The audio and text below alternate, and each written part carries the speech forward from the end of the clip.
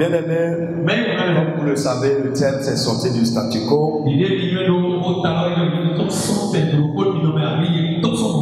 Jusque-là, nous sommes en train de parler des causes du statu, des choses qui engendrent le statu quo dans la vie de l'homme.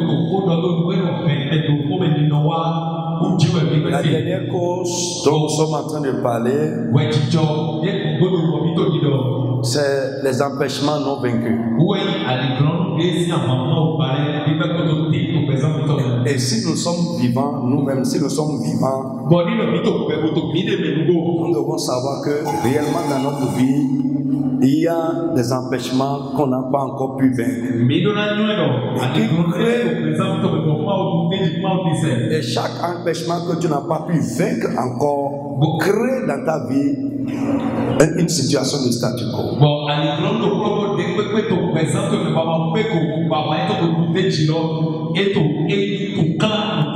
Frère, nous avons expliqué ce que c'est que les empêchements. Et nous sommes en train de parler des choses qui caractérisent une personne empêchée.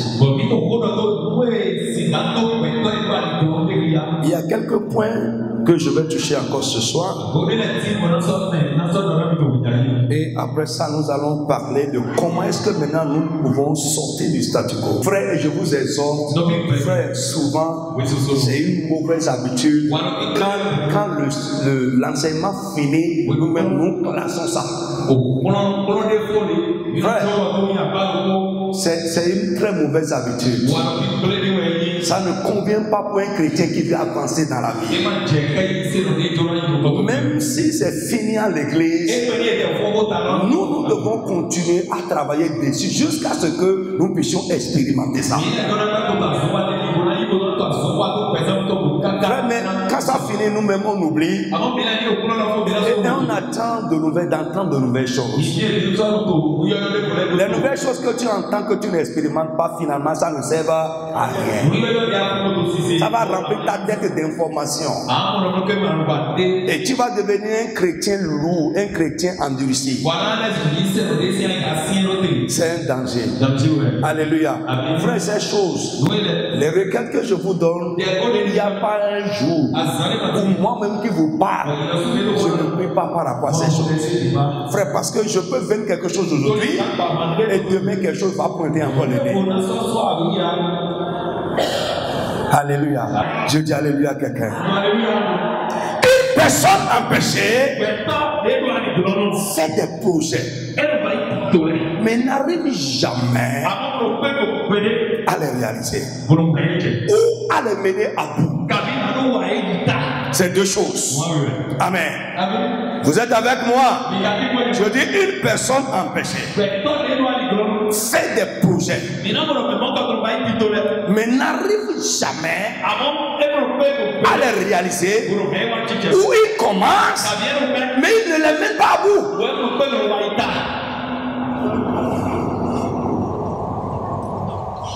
Alléluia. Ça, je vais prier pour toi. Lève la main là où tu es. Si tu es là et tu as l'intention de faire de bonnes choses, tu as des projets. Frère, dans Proverbe chapitre 16, verset 3, la Bible dit, recommande à Dieu tes œuvres et tes projets réussiront. Si tu es là, tu as de bons projets, mais que tu n'arrives pas à réaliser, je prie pour toi. C'est peut-être un empêchement qui est dans ta vie et qui t'empêche de faire ce que tu as à faire. Ce soir, l'empêchement qui est dans ta vie, qui t'empêche de réaliser tes projets, ce soir, qu'il soit vécu au nom de Jésus. Que Dieu te délivre de cet empêchement. Que Dieu te donne la victoire sur cet empêchement. Au nom de Jésus de Nazareth. Frère, toi qui es là, qui commence et qui ne finit pas.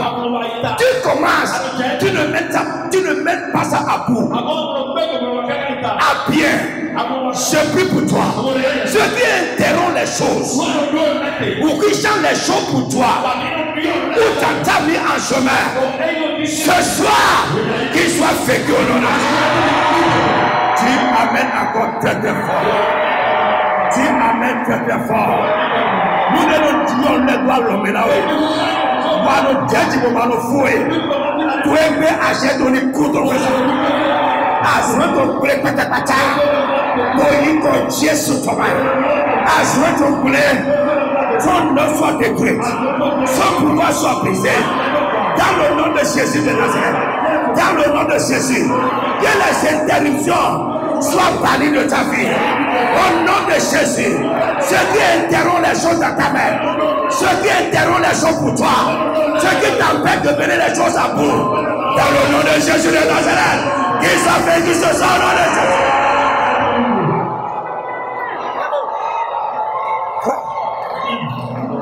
Tu vois les gens commencer. Fixer le jour du mariage. Fais tout, il y en a que j'ai vu. Acheter robe de mariage. Voyager, aller loin dans un autre pays, acheter robe. Le mariage n'a jamais eu lieu. Et finalement, c'est cassé. J'ai vu beaucoup de bonnes choses qu'on voit que ça promet. Mais quelque part en chemin, parce qu'il y a un empêchement, la chose change. Lève la main. Tu vas prier aujourd'hui.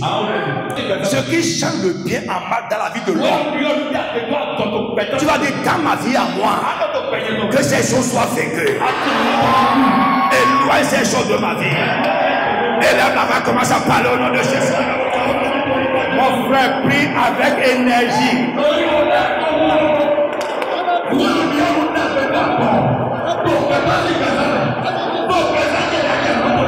Dans ma vie à moi, que ces choses soient vécues. Depuis tes bannis. Ce qui change le bien en mal. Ce qui change le témoignage en mal. Dans la vie de l'homme. Dans ma vie à moi. Père, que ces choses soient détruites. Dans le nom de Jésus. Je dis une personne empêchée connaît souvent des changements, des bouleversements au seuil de l'accomplissement. C'est-à-dire elle a travaillé pour espérer cela, travailler pour, mais avant de voir la finalité, les choses changent au seuil.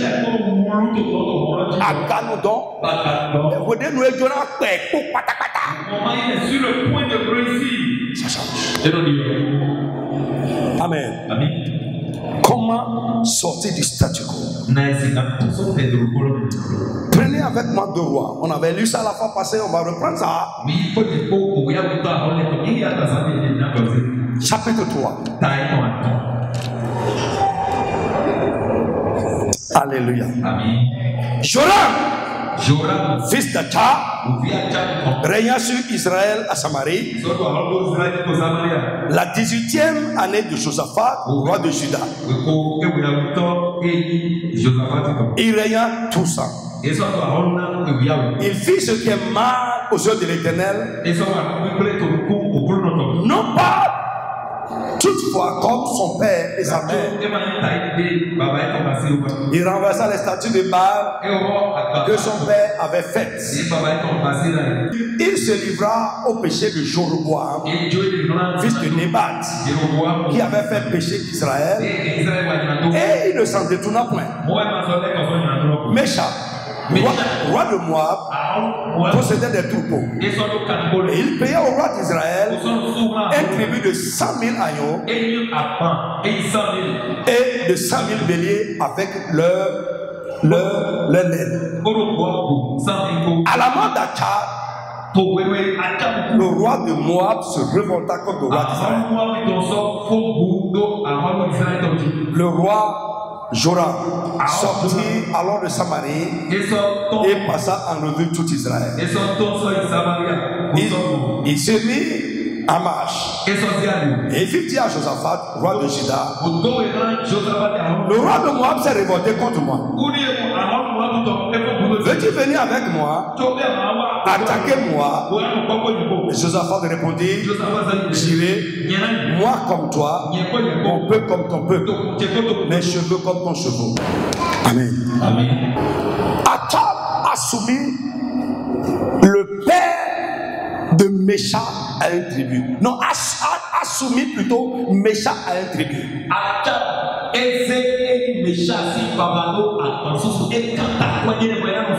Et Mécha payait un tribut à Achab, toute la vie d'Achab.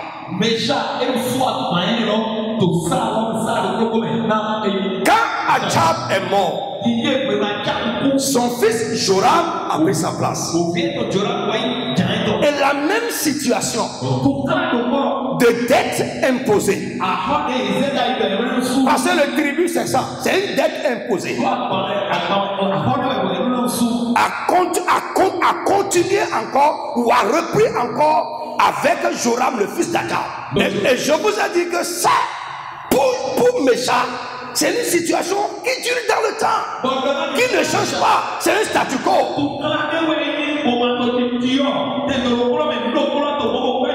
C'est même un problème transgénérationnel. Parce que c'est passé de la génération du père à la génération du fils. Mais un jour, Mécha dit, mais ça là, ça ne va pas. Il faut que je fasse quelque chose comme ça. Donc frère, la première chose ou le premier élément qui va nous aider à sortir du statu quo, c'est de réaliser que réellement nous sommes dans le statu quo dans un domaine de notre vie et de l'accepter comme tel, de ne pas donner à ça un autre nom. Alléluia. Est-ce que vous me suivez? Frère, tu peux lui donner un autre nom. Tu peux lui dire que c'est ma croix. Alléluia. Appelle le statu quo par son nom. Réalise, accepte que dans ta vie ou quelque part dans ta vie, il y a quelque chose qui est devenu un statu quo.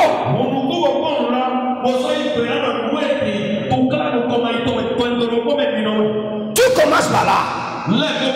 Lorsque Mécha a réalisé, j'ai payé au papa, j'ai payé ça à son père, et je continue à payer ça encore au fils. Il ira où? Ça ne peut pas continuer comme ça. Frère, je vais te demander, cette plainte-là, cette chose qui ne va pas avec toi, qui est en train de durer avec le temps, pendant combien de temps tu vas encore accepter ça?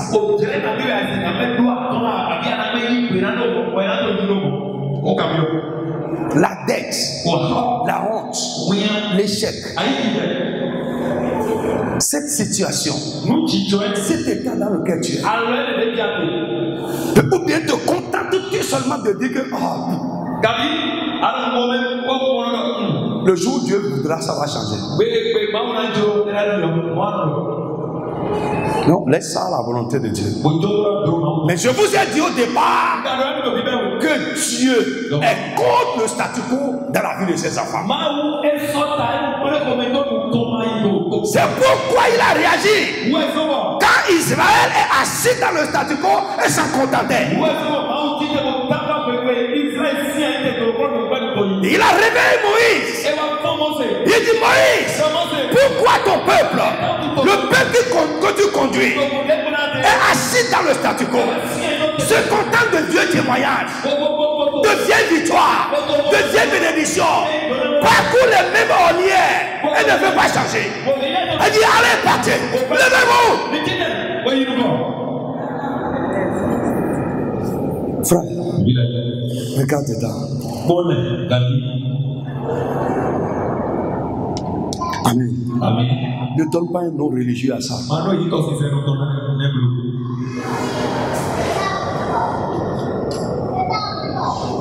Amen. Amen. Non. Même si c'est une épreuve que Dieu a envoyée, prie contre ça. Prie contre ça.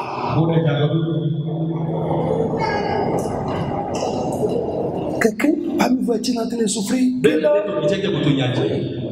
La Bible n'a pas dit de s'asseoir dans la souffrance, mais de prier. Lisez Jacques 13. Qu'il prie. Frère, ce qui ne va pas dans ta vie appelle à la prière, à une véritable prière. Appelle la chose par son nom. Alléluia. Amen. Deuxième chose, refuser. Lorsque nous réalisons que ça, ah non, ça prend trop de temps, c'est indigne, ce n'est pas bon pour moi en tant qu'enfant de Dieu, ça n'honore pas Dieu, ce n'est pas ce que Dieu a dit. Lorsque je réalise qu'il y a le statu quo qui s'est installé, que quelque chose dans ma vie est figé dans le temps, est inchangé dans le temps. Frère, la deuxième chose, c'est refuser le statu quo.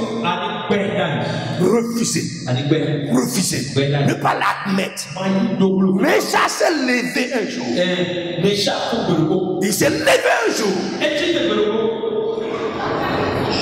Refuser le statu quo. Amen.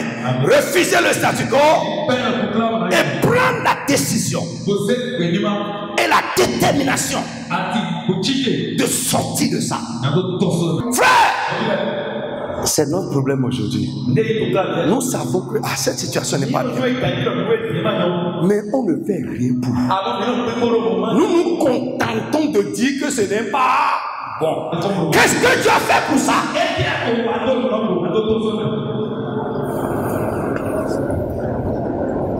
Amen. Si tu veux que ça change aujourd'hui, ça va commencer à changer.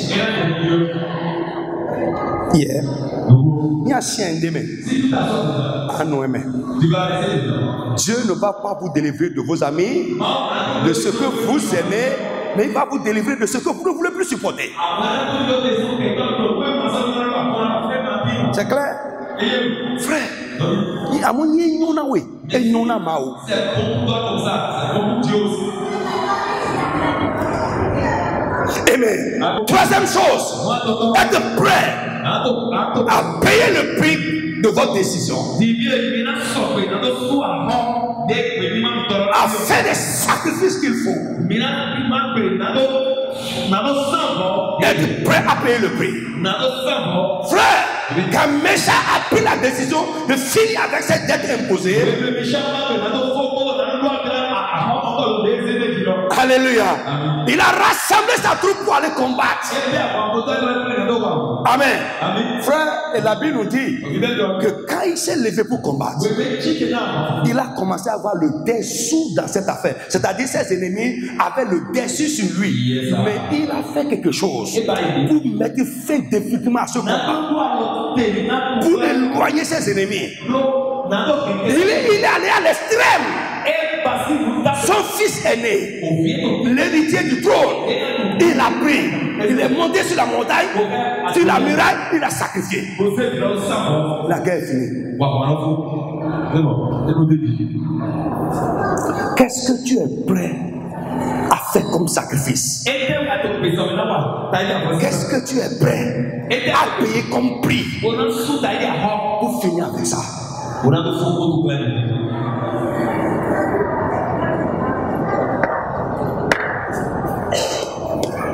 Alléluia. Amen. Je dis alléluia à quelqu'un. Frère, je ne peux pas voir mon enfant qui aujourd'hui refuse de manger.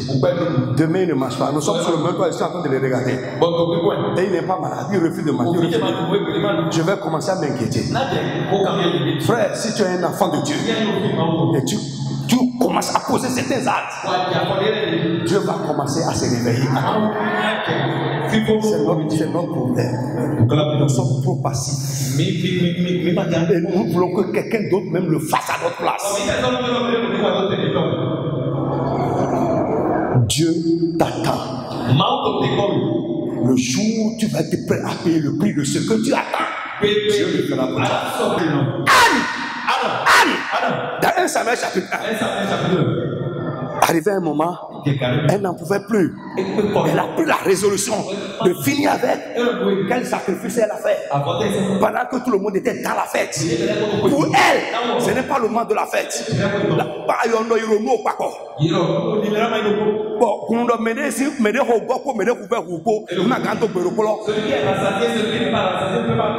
Non, pour moi ce n'est pas le temps de la fête. Ce n'est pas le temps des feuilletons. Non, ce n'est pas le temps des feuilletons. Ce n'est pas le temps de critiquer quelqu'un. Ce n'est pas le temps des palabres. Mon frère, il y a des choses que tu vas sacrifier, des choses que tu vas laisser tomber, et le Seigneur se lèvera pour ta cause. Frère, Dieu t'attend.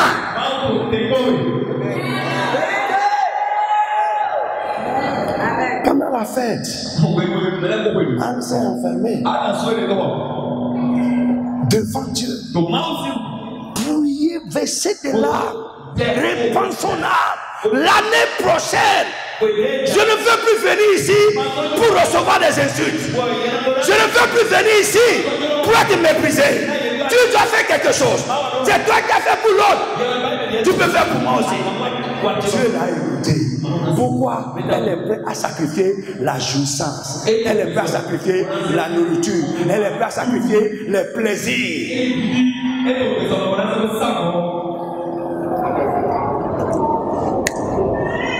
La grandeur de votre sacrifice détermine son effet dans le monde spirituel.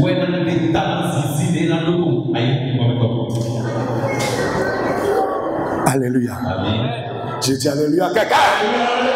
Frère, peut-être Dieu attend un engagement fort. Un engagement fort. Que tu finisses avec la vie chrétienne de distraction. La vie chrétienne de retard. La vie chrétienne sans engagement. Que tu finisses avec ça. Que tu deviennes plus sérieux et plus sincère dans ta foi. Pour que quelque chose change pour toi.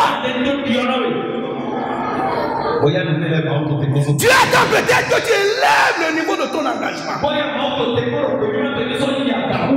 Alléluia. Quatrième point rapidement. Fais des réagissements. Peut-être frère, pour finir avec ça, pour sortir de ça, ou pour que Dieu fasse ce qui va mettre fin à ça, ou bien pour que Dieu te donne ce qui va mettre fin à ça, Dieu attend peut-être que tu réagisses les choses. Ça veut dire quoi? Commencer à faire quelque chose que tu sais que tu as dit de faire et tu ne faisais pas.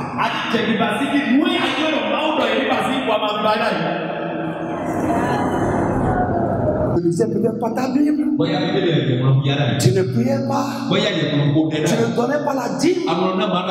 Les offrandes, tu es cupide avec ça. Tu es un chrétien sans engagement. Tu ne viens pas revenir à l'heure. Tu viens à l'église quand tu es libre. C'est le superflu de ton temps que tu donnes à Dieu. Dieu veut peut-être que tu le prennes un peu plus au sérieux.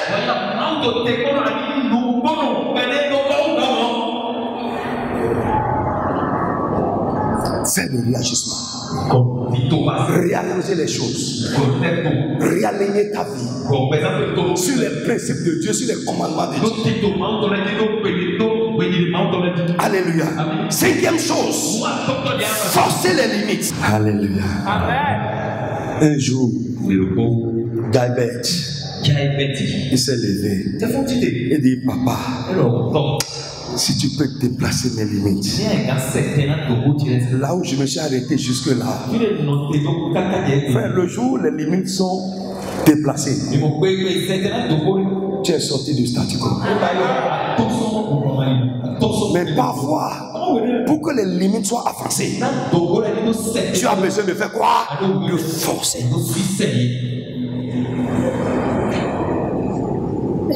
Ce n'est pas pour les passifs. Lève la main. Tu vas dire à partir de cette nuit que mes limites soient avancées. Les limites sur lesquelles j'ai évolué jusqu'à aujourd'hui.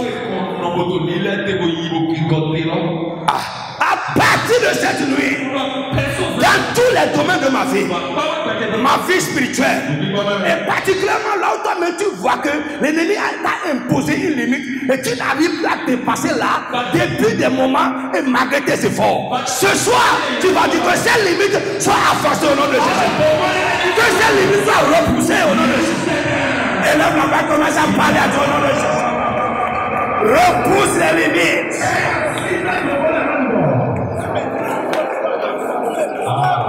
Les limites qui ont été imposées, que j'ai connues jusqu'à ce soir, dans tous les domaines de ma vie. Ce soir, que ces limites soient repoussées. Dans le nom de Jésus, nous avons prié. Amen. Je vais prier pour toi. À la fin de cet enseignement, pendant que l'enseignement est en train de terminer, de finir, je prie pour toi que le statu quo dans ta vie prenne fin également au nom de Jésus. Ce que tu dois faire pour sortir de ça, que Dieu t'aide à accepter ça et à le faire au nom de Jésus de Nazareth. Amen. Que Dieu te bénisse.